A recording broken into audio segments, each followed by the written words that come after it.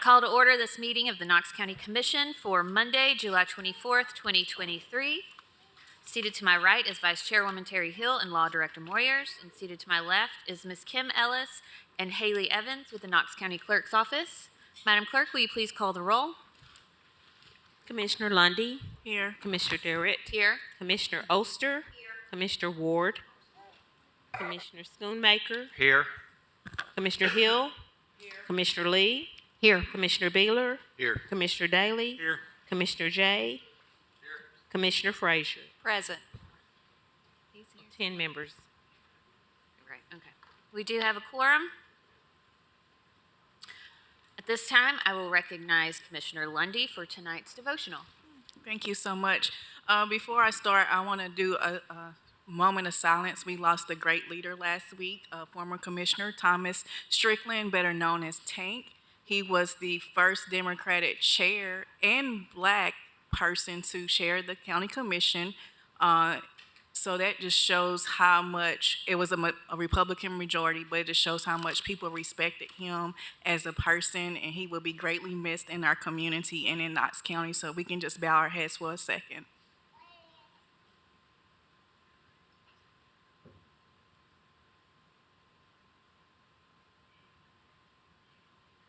Thank you so much. So as I was thinking about Tank and talking to former people that's been in office, such as State Representative Joe Armstrong and former Representative Rick Staples, just everybody's telling me how great of a man he was. And I also talked to former Mayor Rasdale and Commissioner Mike Arms, and they was telling me all the stories of how politics was when they was in office, and it seemed like it was so much more unity than it is now when we look at what's going on in the in the nation and where we are. And I was kind of jealous. I like, man, it seems like, you know, it was more of like a team. So what I was thinking of, I've been reading a book called Disruptive Thinking. It's by T.D. Jakes. He's a mega pastor out of Texas. And what's on my heart right now is it's so much division that's happening within us, within our communities, and it's like we can't find common ground. And I hope that we can disrupt our thinking by really just remembering the Great Commission that we are called to do, whether or not you believe in Christianity or not.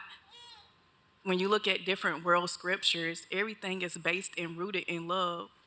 And I pray that we can get to the space that we can love our God, whoever your God is, and love yourself and heal yourself, however that looks for you, and be bold enough to love others, and including your enemies also. So I just really wanted to leave us with that. We can do better, because there's a whole nation out there, there's a whole community out there, there's a whole county out there that's waiting on us to come together.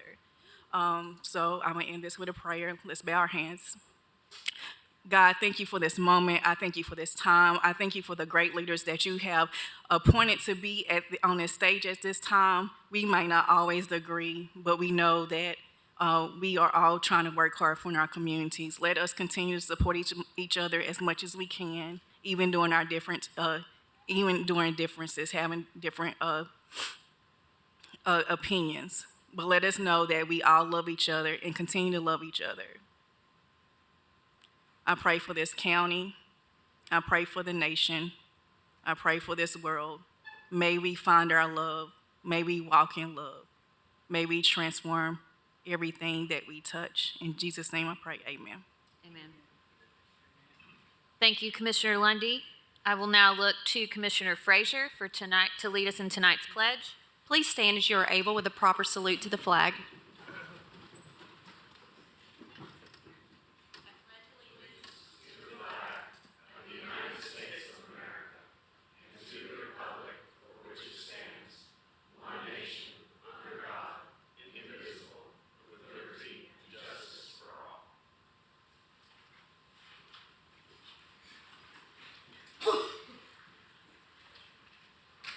Thank you, Commissioner Frazier.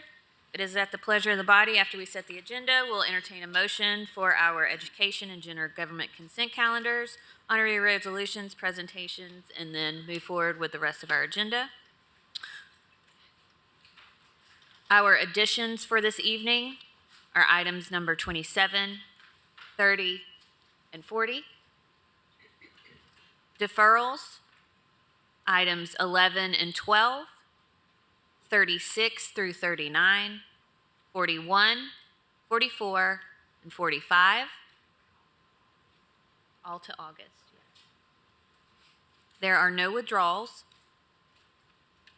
and our non-consent items 28, 29, 32, 33, and 35.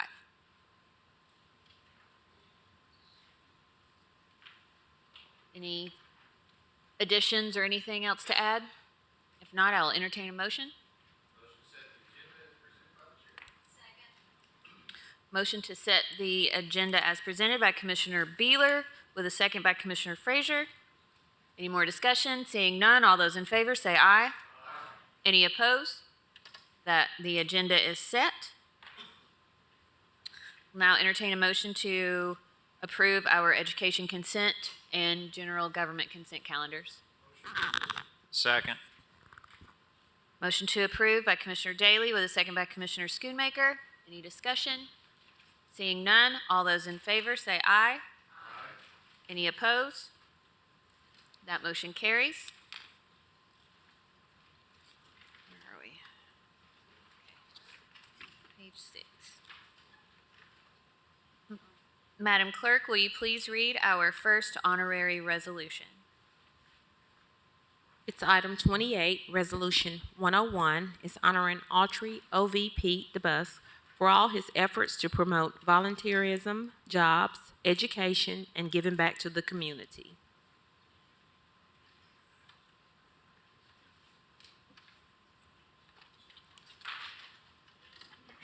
Is there a motion I make a motion to move forward without any recommendations. to approve? To approve. Second. Motion to approve by Commissioner Lee with a second by Commissioner Frazier. Any discussion? Seeing none, all those in favor say aye. Any opposed? That motion carries. Commissioner Lee, the floor is yours. Pete DeBusk, what can I say about you? You're world renowned. The Bible says to give honor to who honor is due. And tonight I have the pleasure to honor two people that are very distinguished and deserve it.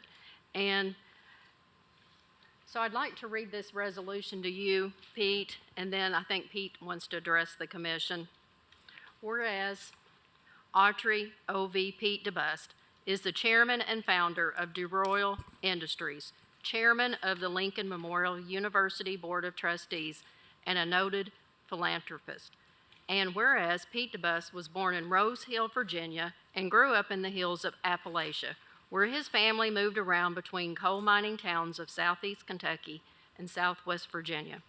And whereas after graduating from Thomas Walker High School in Rose Hill, Pete DeBus earned a Bachelor of Science in Biology from Lincoln Memorial University and attended graduate school at the University of Georgia. And whereas Pete DeBus began a career in pharmaceutical sales and his education and experience led him to develop his first company, Pete DeBus and Associates, in 1970. And whereas in 1973, Pete DeBus patented his first orthopedic product, a boot to protect plaster cast, and founded STAT Medical, which became DeRoyal Industries.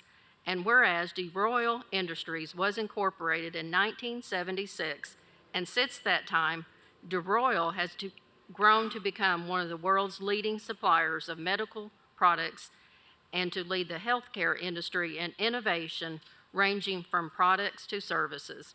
And whereas DeRoyal's workforce of nearly 2,000 employees operates collectively between 21 facility locations in 6 countries, with manufacturing assets on 3 continents, and its corporate campus is in Powell, where it has been for the last 50 years with approximately 300 employees at this location.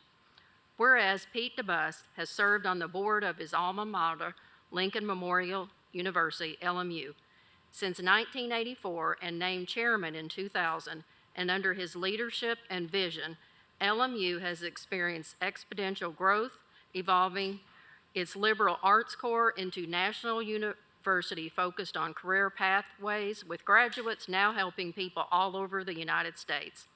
Whereas Pete DeBus has guided LMU and has added the DeBus College of Osteopathic Medicine, which is now the largest medical school in Tennessee, operating at 2 locations, the LMU Duncan School of Law, the LMU School of Medical Sciences, the LMU College of Veterinary Medicine, the LMU College of Dental Medicine, LMU School of Engineering, and terminal degrees, including the Doctor of Education, Doctor of Nursing Practice, and the Doctor of Business Administration.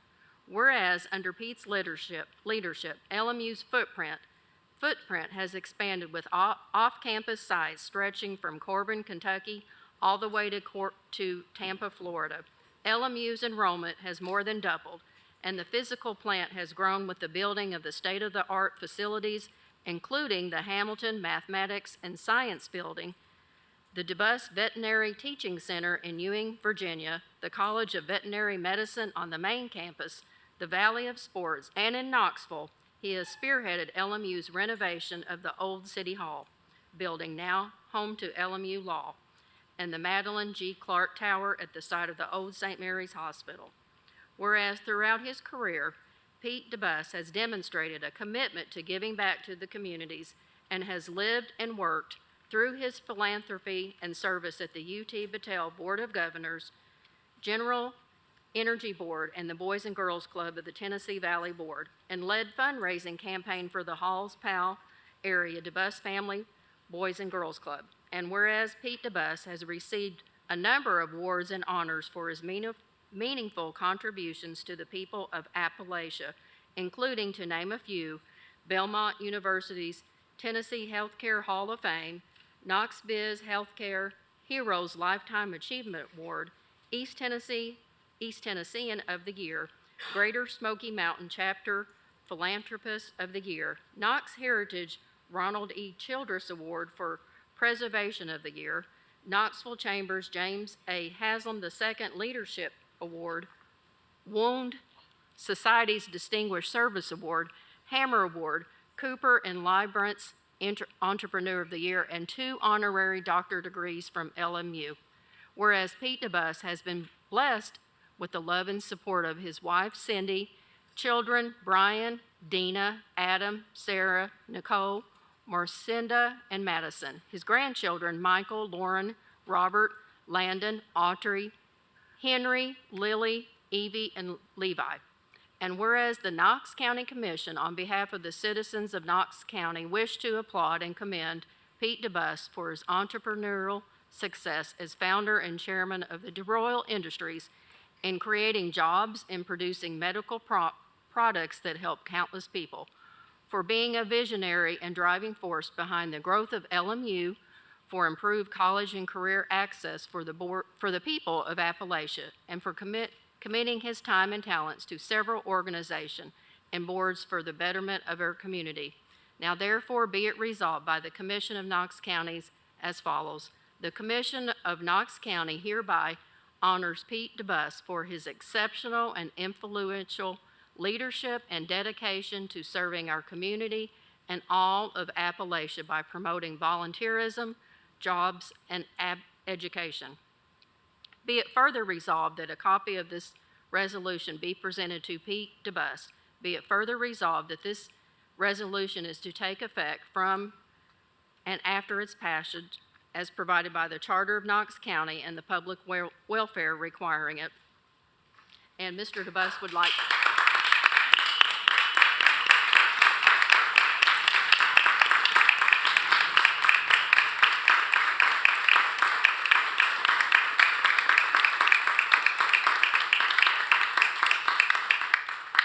And Mr. DeBus would like to address the commission.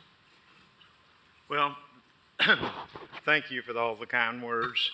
Today, I do not want to fail to introduce the kids that came with me. This is Nicole, Brian, my grandson, my perfect grandson, Robert. No, I'll take just a moment. I won't take much time at all, but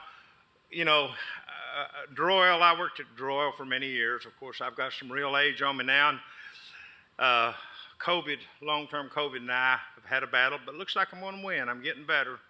Gosh, I got 5 more years hard work, so I've been praying a little bit. Just give me 5 more years because I got some more things I want to do.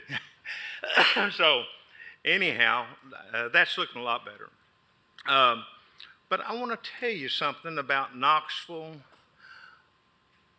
Probably you don't realize, but many years ago, over 100 years ago, all the power in the state of Tennessee was in Memphis because that's where the money was at, the river trade. And so through the years, the whole world of healthcare, they put it all in Memphis. Now let me put my UT hat on just a minute. I have a UT hat too. It should have been here with us at UT, but you know how politics work. That's life.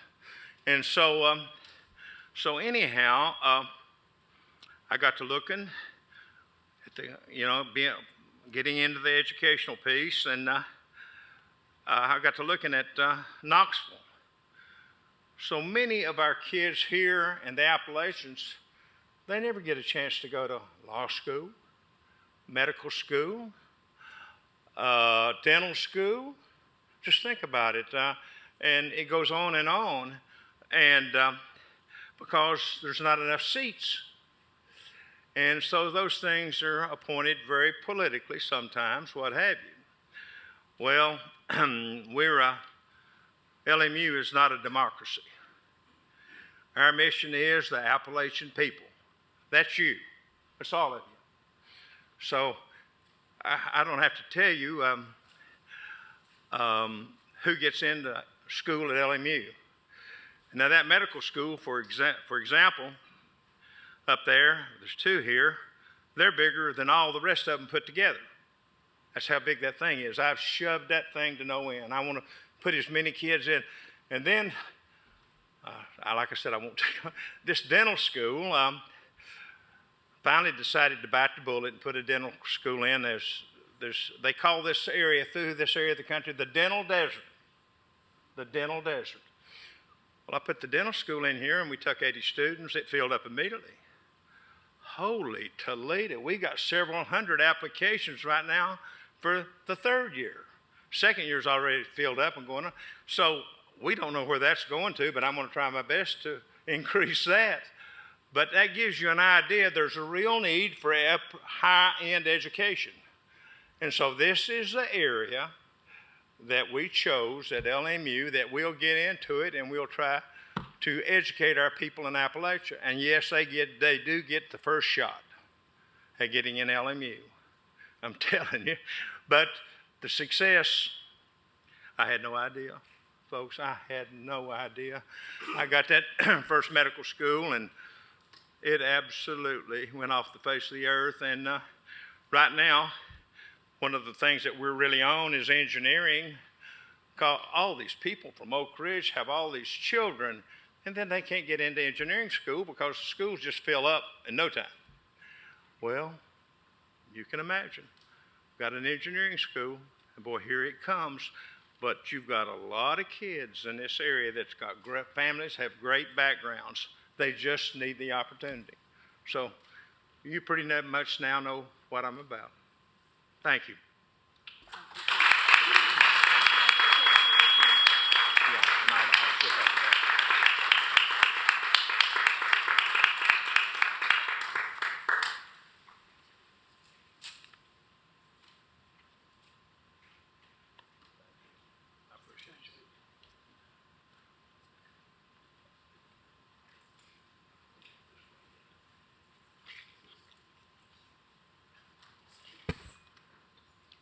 Thank you. Thank you, Commissioner Lee.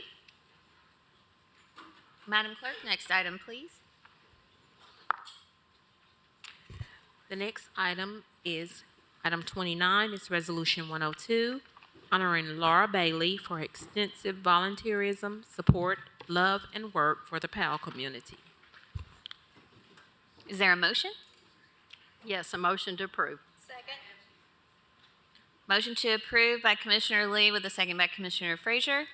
Any discussion? Seeing none, all those in favor say aye. Aye. Any opposed? That motion carries. Commissioner Lee, the floor is yours. Commissioners, I have the pleasure to introduce this lady, and I'm going to try to get through this without crying.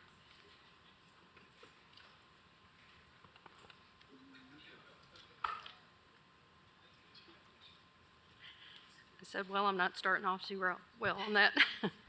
Whereas Laura Bailey is a fifth-generation resident of the Powell community who has worked tirelessly over the past 40 years to serve and support the community she dearly loves. And whereas Laura Bailey has devoted countless hours to volunteer service in her community, including being an active member for 37 years of the Powell Business and Professional Association and the current chair of its events committee, an active member for 36 years of the Lions Club, Powell High Alumni Board member, active member of Enhanced Powell Committee, serving on the Knox County Metropolitan Planning Commission, a board member on Lost Sheep Ministries, and was the first female member in the state of Tennessee of the Saratoga Club of Knoxville chapter. Whereas with a desire to provide water to the Powell community, Laura Bailey, along with her father, were instrumental in the founding of the Hallsdale-Powell Utility District. Whereas Laura was honored in 2001 by the Powell Business and Professional Association as the Businesswoman of the Year and was named to the Powell High School Hall of Fame in 2011. Whereas with a distinguished career in real estate, Laura Bailey is no stranger to accolades, having earned the 2022 Realty Executives International Executive Club Award, Pinnacle Award, and Top 100 in the Commission Award Multi-Million-Dollar Producer for over 35 years. Southern Realtors, #1 in the nation for a number of units sold in 1994, President's Council a Top Sales Award several years in a row, President's Council Top Transactions Award, Best of Zillow Award 2019, voted City View's Residential Female Realtor for the last 4 years, and voted City View's Best Commercial Realtor. And whereas throughout her many years of volunteer service to the community, Laura Bailey has been blessed with her love and support of her husband, Larry, her 3 children, 10 grandchildren, 6 great-grandchildren, and 2 more on the way. And whereas Laura Bailey's mission over the past 40 years has been to improve the quality of life for all those God places in her path by building on the experiences of the past, pursuing the vision for the future, and creating caring, lifelong relationships. Whereas the Commission desires to recognize and commend Laura Bailey for being a longtime pillar of the Powell community. Now therefore be it resolved by the Commission of Knox County as follows. The Commission of Knox County hereby honors Laura Bailey for extensive volunteerism, support, love, and work for the Powell community, and expresses its appreciation for her many years of dedicated service to the community. Be it further resolved that a copy of this resolution be presented to Laura Bailey. Be it further resolved that this resolution is to take effect from and after its passage as provided by the Charter of Knox County and the public welfare requiring it.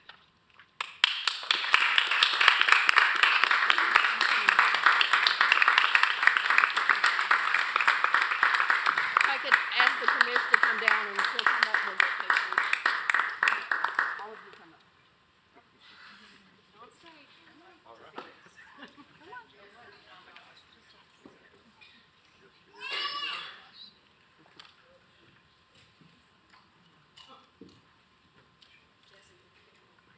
Will do.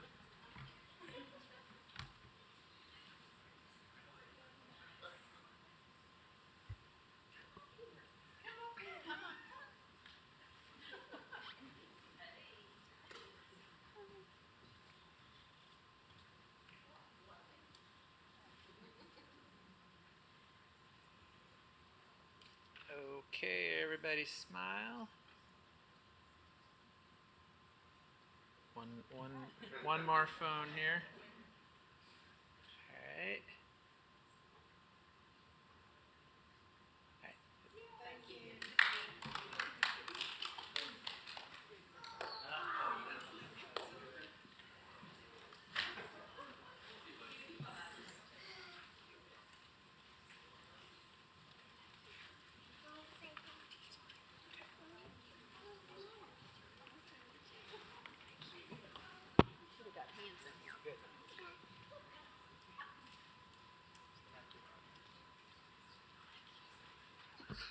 Thank you.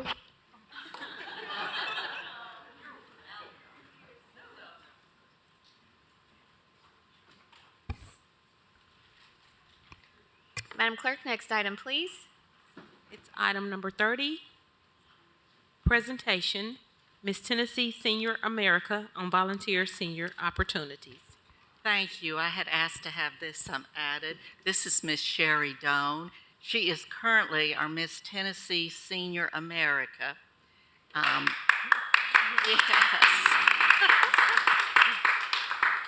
She started out Miss Senior Carnes, so you've come a long way, baby.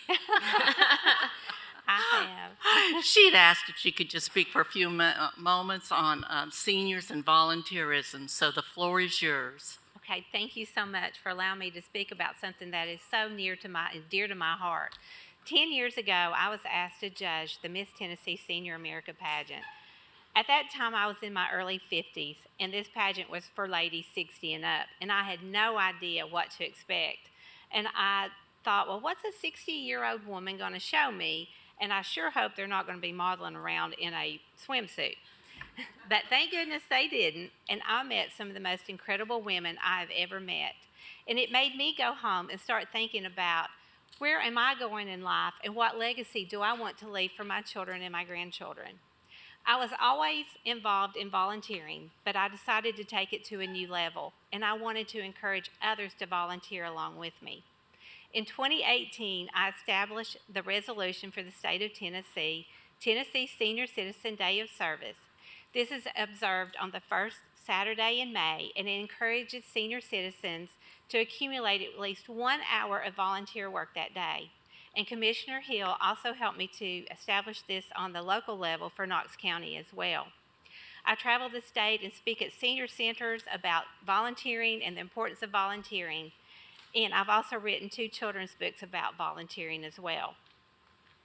I'm a preschool teacher, I'm a mother, I'm a wife, but best of all, I'm a Mimi. And I still find the time to accumulate over 100 hours of volunteer work each year. So I want to ask you, if you're not already involved in volunteering, to find something that you're passionate about and find a way to use it to serve others. And if you are already volunteering, can you find a way to add 1 more hour each year to your volunteer work? 1 in 5 people volunteer in the state of Tennessee now, and I would love to see every person who lives in Tennessee and in our community volunteer at least 1 hour each year. Just think about how many people that would help and how it would strengthen our communities. In October, I'm going to be representing the state of Tennessee at the Miss Senior America pageant. And one of the components of the pageant is sharing our philosophy of life. And I would like to share that with you today. Keep dreaming your dreams until you achieve them. Expand on your gifts and talents and then use them with an open heart to serve others. Volunteering takes the focus off of you and puts it on someone else. And along the way, be genuine and kind. Go back and live by the basics of life that made you who you are today and will guide you into tomorrow. And always remember, you are never too old to change the world. Thank you. Thank you. And she's requested a picture with the full commission.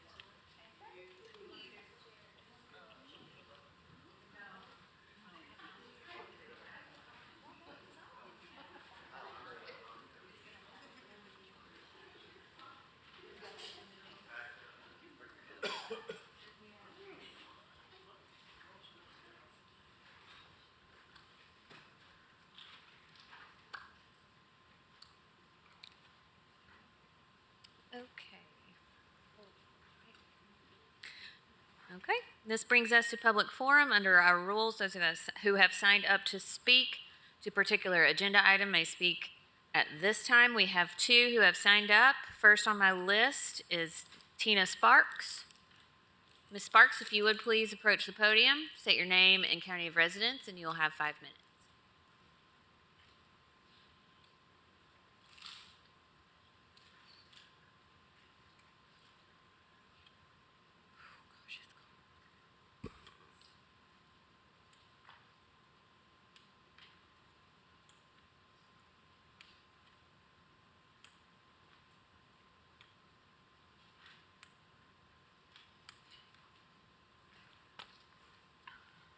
Good evening. My name is Tina Sparks. I live in Knox County.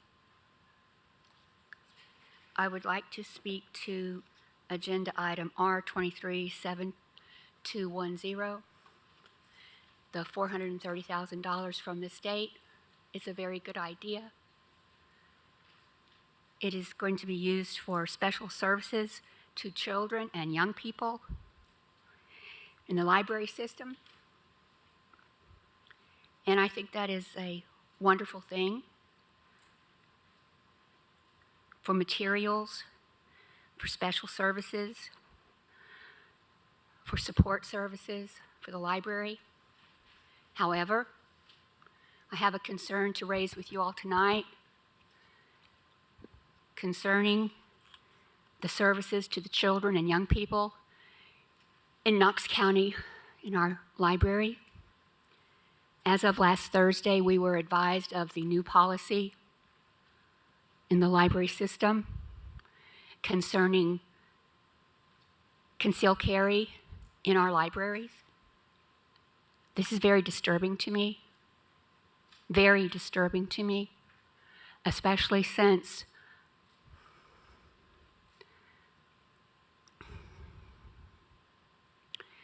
the way in which it was announced. I know you all had a heads up, but that didn't matter because you had no say in your heads up. It was a unilateral decision made by the Knox County mayor. And I understand what he said. He quoted a constituent that was concerned about private that our personal safety ended in the parking lot of the library?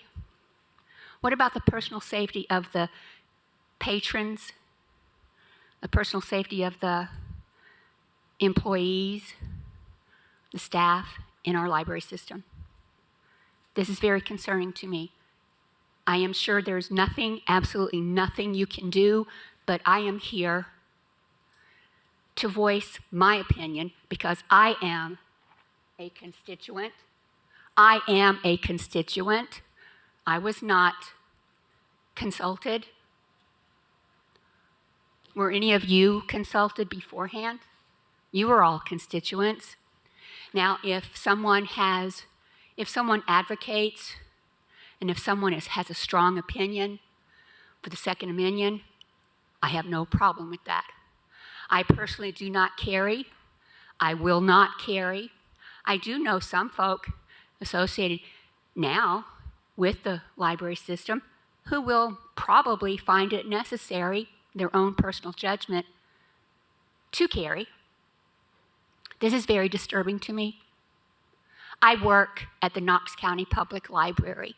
I have worked for the county since the late 90s. I have been at my job for quite a while, starting part-time over at the McClung Collection in the genealogy department up on the 3rd floor in the history building. I took my job very seriously over there.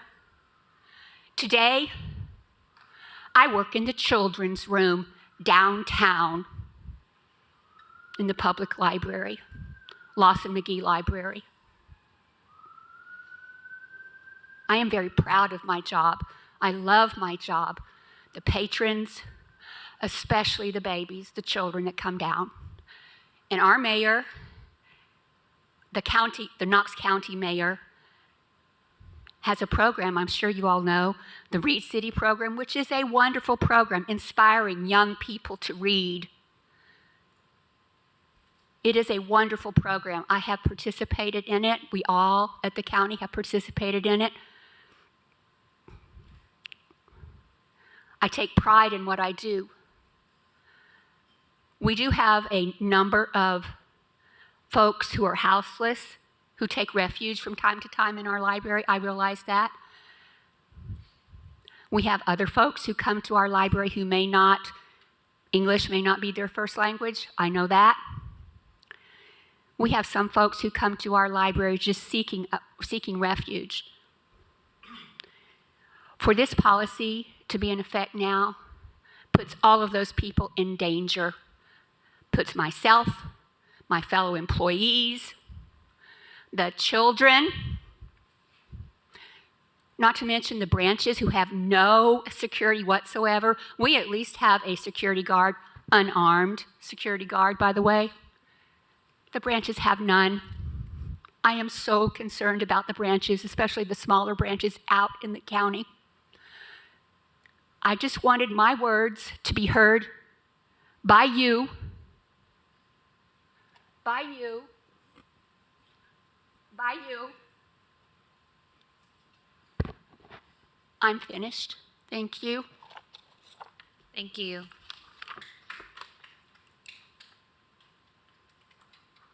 Next and last on our public forum list is Mr. Rick Roach.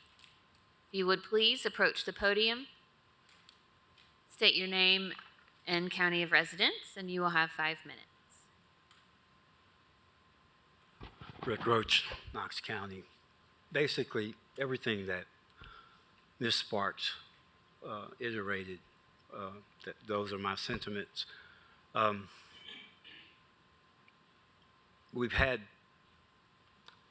a few years ago, over 15 years ago, I was part of a group, kind of an ad hoc committee, and I think the state legislature had passed, and I don't know exactly how you term it, but basically it gave the larger counties, municipal government authorities, basically it took power away, fiscal power most importantly, especially from library systems.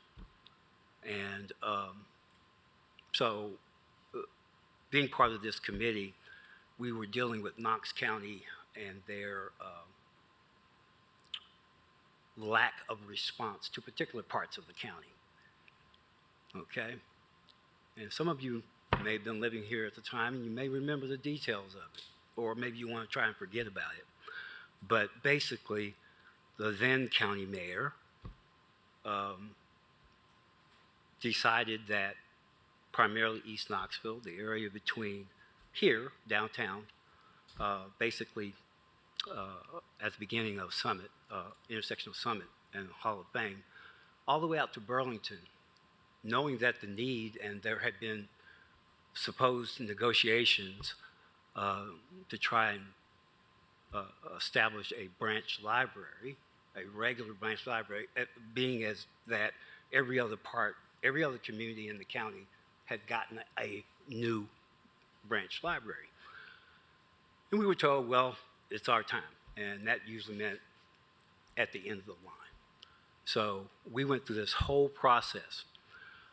Then Mayor Ragsdale went through this whole process. We did our research, we had the information, and so we didn't know that decisions had already been made. In particular, governmental people were part of a group that owned property where a commitment had already been made to locate the branch library that was supposedly to serve that area, but outside the area of need. Well, we filed suit. We filed a Title VI complaint, racial discrimination, and we won, okay? And basically, the library system was only fined $55,000, and they still located it where they wanted to locate it, which was outside the community of need, and there's still nothing there. And that is the type of scenario that I'm kind of reliving in my mind when I heard that the county mayor had done what he had done about firearms. You can just go into the library and, Ms. Sparks pointed out the real concerns. Basically, I don't know if there's an agenda. I really don't. But again, it's a situation where the people's voices aren't being heard. The people's concerns aren't being heard, okay? Believe me, I believe in the Second Amendment, okay? I believe in your right to defend yourself. But you already had a sign up. You already had a policy. Don't bring firearms into the library. Why would you want to allow this, considering the temperament of what's going on all over this country, but what we encountered here in Knoxville and in Knox County? We've had too many incidents of people being harmed by someone who just got up and decided, I'm going to take some lives. And they went into public areas and did it. So if somebody decides all of a sudden that they're going to have a disagreement with someone, someone's going to lose their life. And usually it's not the people that they intended to go after. So, Mayor, I wish you hadn't done it. I really do. I wish you hadn't done it. I wish you'd have consulted the people first. Thank you, sir. This concludes our public forum. Madam Clerk, next item, please. Approval of minutes of the previous meetings. Is there a motion? Motion to approve. Motion to approve by Commissioner Daly with a second by Commissioner Beeler. Any discussion? Seeing none, all those in favor say aye. Any opposed? That motion carries. Madam Clerk?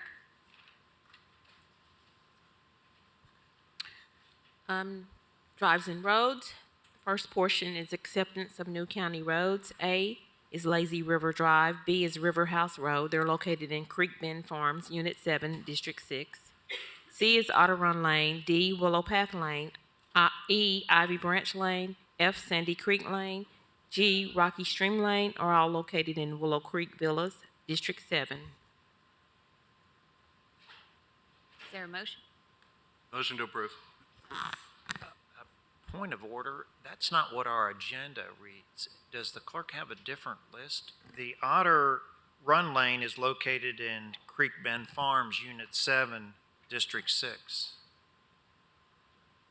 Is that? I thought I read A, B, and C together, and I thought I said Richie? Creek Bend. Is that what you?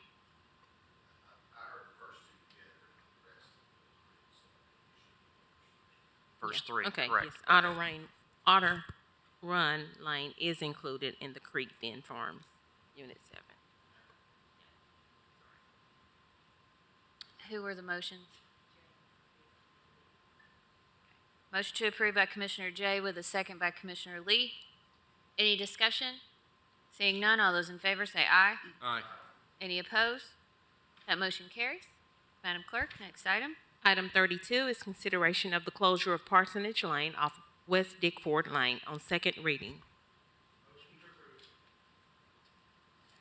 Second. Motion to approve by Commissioner Daly with a second by Commissioner Lee. Any discussion? Seeing none, all those in favor say aye. Aye. Any opposed? That motion carries. Madam Clerk? 33 is consideration of a closure of an unbuilt portion of Old Tazewell Pike from near Pebble Brook Condos to Murphy Road in Commission District 8 on second reading. Motion to approve. Second. Motion to approve by Commissioner Beeler with a second by Commissioner Frazier. Any discussion? Seeing none, all those in favor say aye. Aye. Any opposed? That motion carries. Madam Clerk? Budget amendments, total amount of $2,873,710.04. Motion to approve. Second. Motion to approve by Commissioner Jay with a second by Commissioner Schoonmaker. Any discussion? Seeing none, all those in favor say aye. Aye. Any opposed? That motion carries. Madam Clerk? We have 217 notary applications. Second. Motion to approve by Commissioner Daly with a second by Commissioner Jay. Any discussion? Seeing none, all those in favor say aye. Aye. Any opposed? Motion carries. Madam Clerk?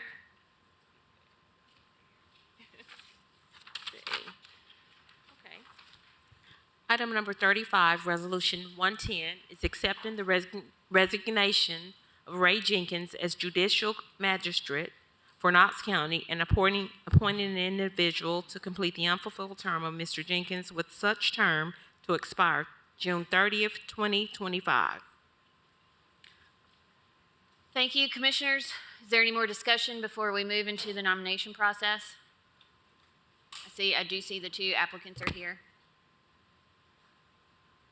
Okay, seeing no lights. Oh, Commissioner Schoonmaker? Thank you, Madam Chair. I've had a lot of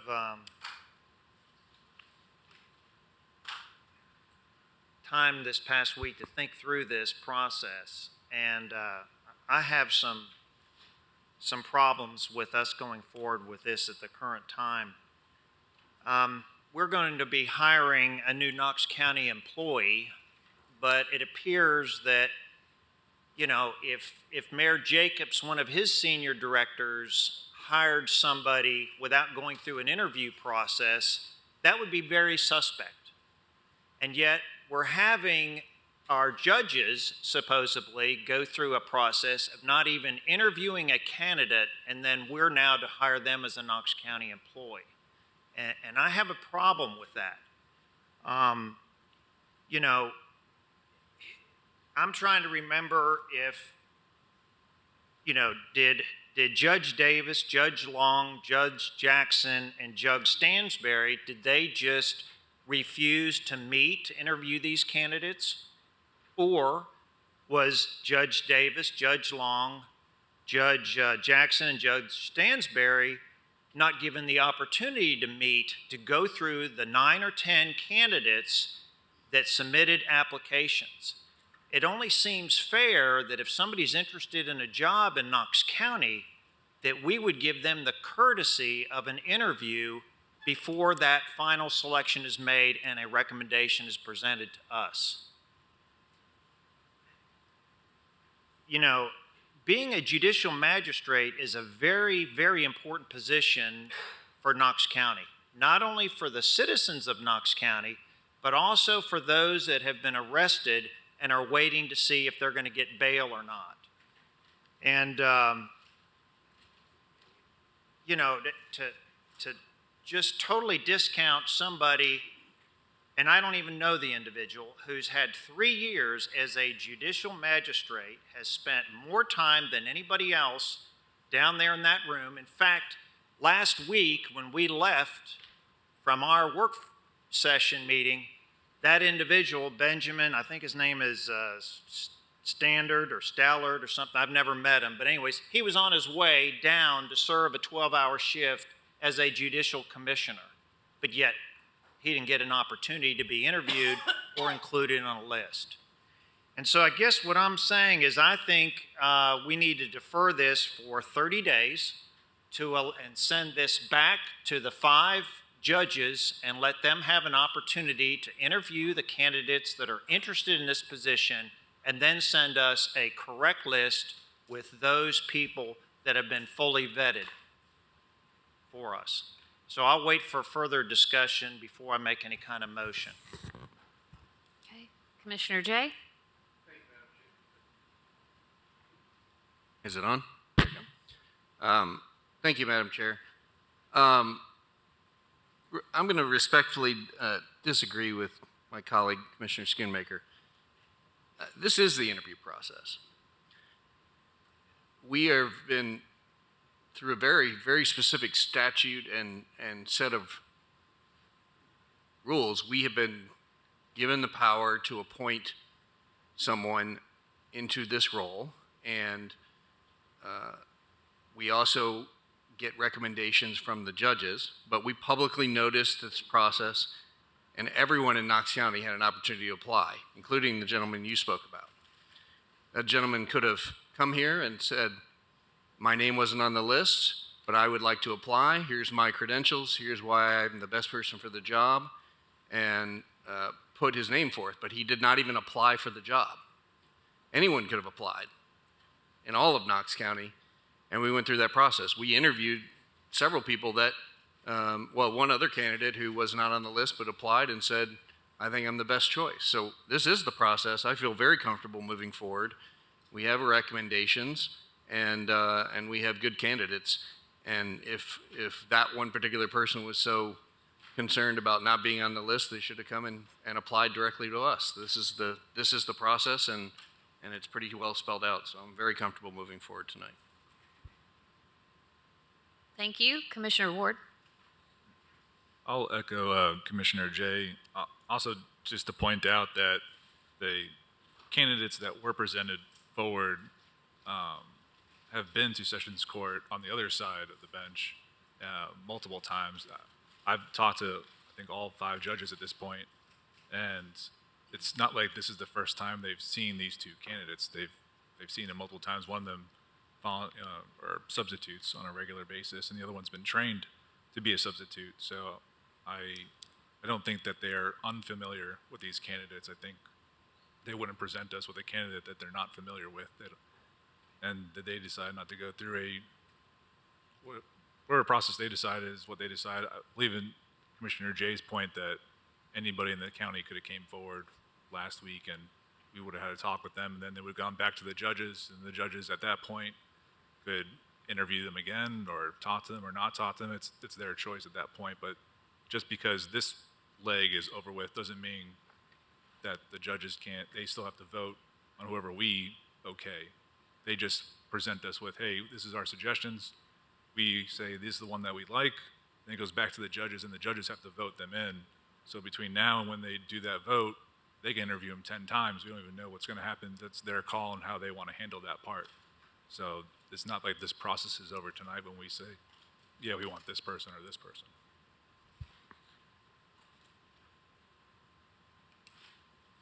Thank you, Commissioner Ward. Any further discussion before we move into the nomination process? Seeing no lights, the clerk will call the roll, and as your name is called, you may nominate a candidate or pass. Once we've gone down the roll, the chair will look for a nomination to cease motions. Then we will go through it again, in which you would say the candidate you would like to vote for, and the candidate that receives the majority will be appointed to the position.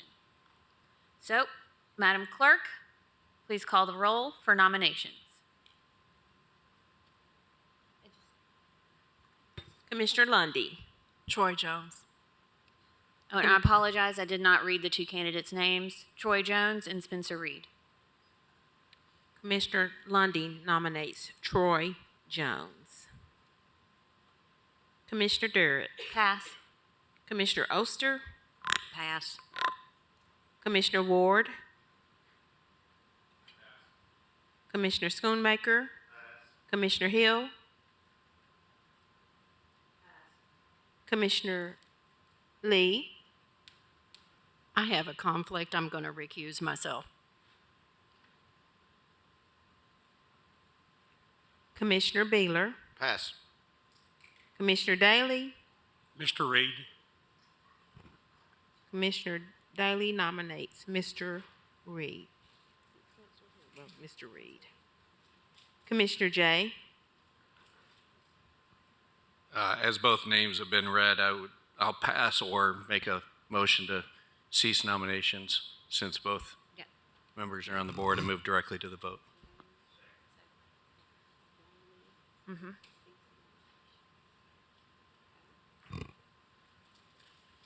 Motion on the floor is to cease nominations by Commissioner Jay with a second by Commissioner Daly. All those in favor say aye.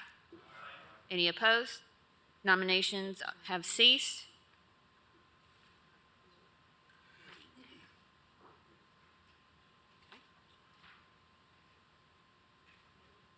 We'll now call the roll to vote for the particular candidate you wish to be in the position. Commissioner Durrett, Troy Jones. Commissioner Oster, Reed. Commissioner Ward, Reed. Commissioner Schoonmaker, Commissioner Hill, Commissioner Lee recuses herself, Commissioner Beeler, Spencer Reed. Commissioner Daly, Mr. Spencer Reed. Commissioner Jay, Reed. Commissioner Frazier, Reed. Commissioner Lundy. Jones. Does the past wish to vote? Does anyone wish to change their vote?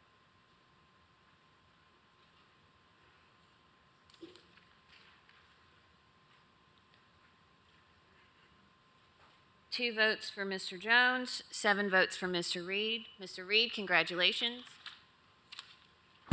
So, Madam Clerk, will you now read the resolution with Mr. Reed's name?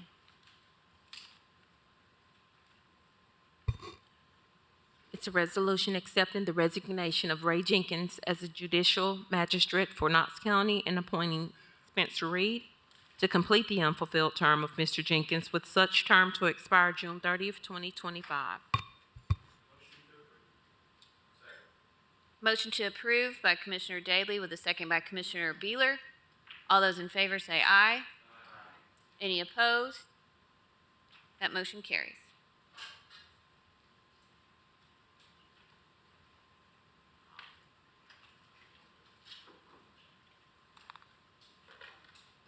All right. That brings us to public forum for open topics. I have one name, Miss Julie Clark. Ms. Clark, if you are here, please approach the podium. State your name and county of residence for the record, and you will have 5 minutes.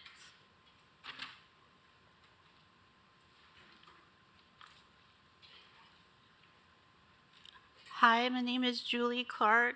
I'm from District 9 in Knox County. Both mine and my husband's family have lived in rural Knox County for generations. Our neighborhood is a quiet and safe home to much of our extended family, working people, and senior citizens. In 2019, we built a modest home, which is our sanctuary. On July 8th, our feeling of safety in our neighborhood was altered. I have lived in gang areas in urban cities and have never felt as unsafe as I did this night. On July 8th, 2023, we were made aware of a new Airbnb unit due to a violent party next to our home while our family and children were sleeping. On this night, we were subjected to verbal harassment when directing cars to leave our driveway, endangerment, and noise. Multiple neighbors called police to report the incident. Neighbors fired warning shots until 3 a.m. when authorities finally responded and broke up the party. Neighbors were on edge all night in anticipation of needing to defend themselves. Police reports indicate the house was severely vandalized. We feel we may have been victims as well if partygoers had not been intercepted by family on the way to our house while trying to find the unit. Airbnb hosts did not take any precautions for our safety, such as posting signage or security cameras. The 2-bedroom Airbnb hosted a party of about 30 to 40 people, many of which were underage drinkers and teens. Members of my working family were scheduled to wake up at 3 and 5 a.m. that Saturday morning, just as partygoers were drunk driving recklessly down our road on their way leaving. Due to community action and neighbor reports to Airbnb, the listing appears to have been removed from the platform due to this severe incident. We would like to ensure that this does not happen again to us or anyone else in Knox County. In 2018, an ordinance was passed in the city of Knoxville to regulate short-term rentals. The ordinance includes a permitting process which requires notification of nearby neighbors and neighborhood associations. It also requires that a local contact is designated that can respond within 45 minutes, 24/7. I encourage officials to draft and implement a strong ordinance in Knox County that protects communities. Regulations are desperately needed in rural areas that are not within city limits. as well. Regulations would protect property, prevent crime, and most importantly, ensure the safety of families and residents in Knox County. We did not know that this was an unauthorized event and not just my neighbor's guest until the following day. It was not until I found the listing on Airbnb that I was able to acquire contact information for the host. Owners live 3 hours away and management does not reside within Knox County. Host did not respond until police arrival and response at 3 a.m. I have reached out to my commissioner and was told that as of now, there are no codes in place in regards to these short-term rental units. Knox County is home to about 192,000 households. Most of these households are families. There are about 1,000 Airbnb listings in the Knoxville area. The interests of family households, taxpayers, and citizens outweighs the needs of out-of-town property owners. Studies have shown links between short-term rental units and increased rates of violent crime. I cannot think of any reason a property owner would be in opposition to regulations on short-term rentals other than what we have already experienced due to their disregard for their neighbors. Regulations would also benefit property owners, help to prevent vandalism, and promote healthy relationships between neighbors. I urge you to take action and keep our community safe and implement a county ordinance on short-term rentals. Thank you. Thank you, ma'am.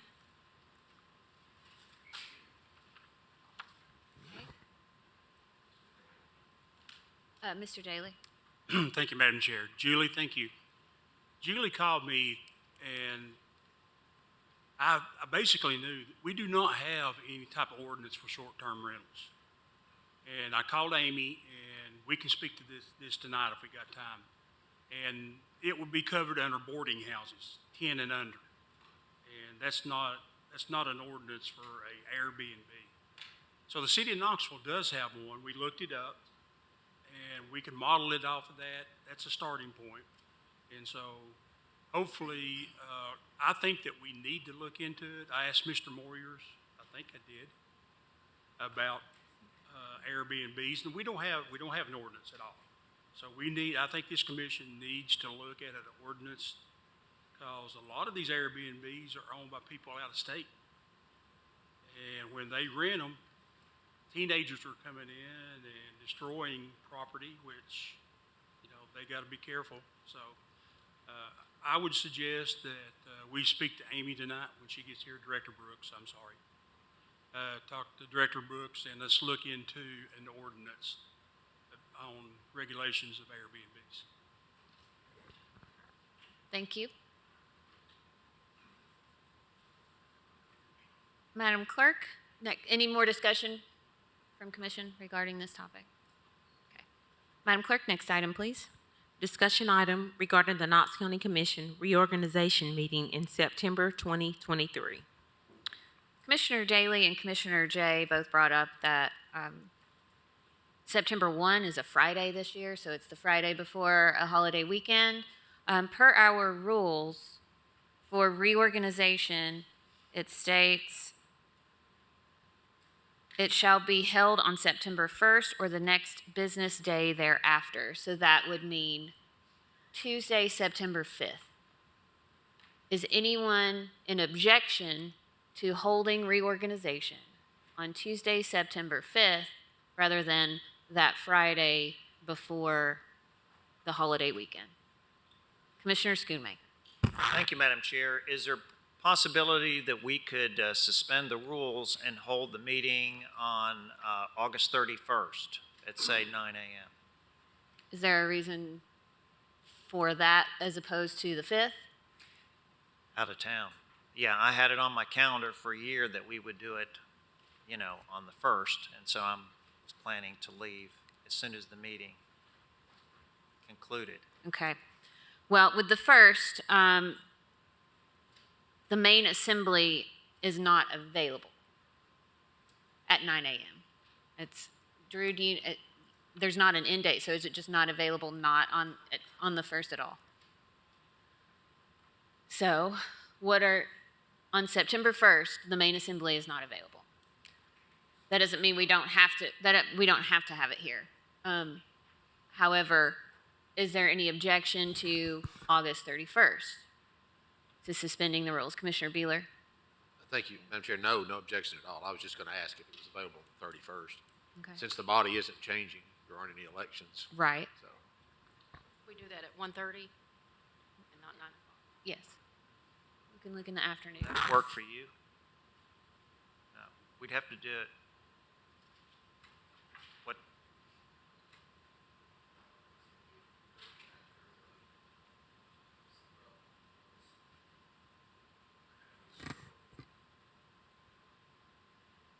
So we're back at Commissioner Schoonmaker. Thank you. Commissioner Jay, what time would be work on the 31st?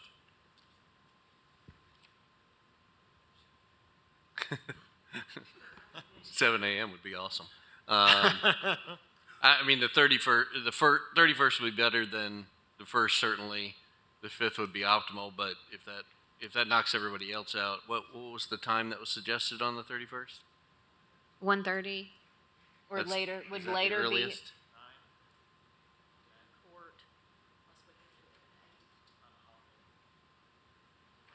We could do it at 8. It's a Thursday. 8? 8 in the morning on Thursday the 31st. Everybody Yeah, I mean, it's look usually, at their schedule. this is going to be less than an hour meeting. Right. I'll buy coffee. Kyle will bring donuts. Will Kyle be awake? Might be awake. My guys start at 3 a.m. Yeah, I'll be awake. Kyle doesn't sleep. I don't sleep. Yeah, I've got Pop's Donuts. We will have to suspend the rules. Will that work? Will 8 o'clock? Is that okay with you? Okay. Do we know if the location will be to be determined? Commissioner Daly? I'm going to make a motion to suspend the rules for reorganization only. Second.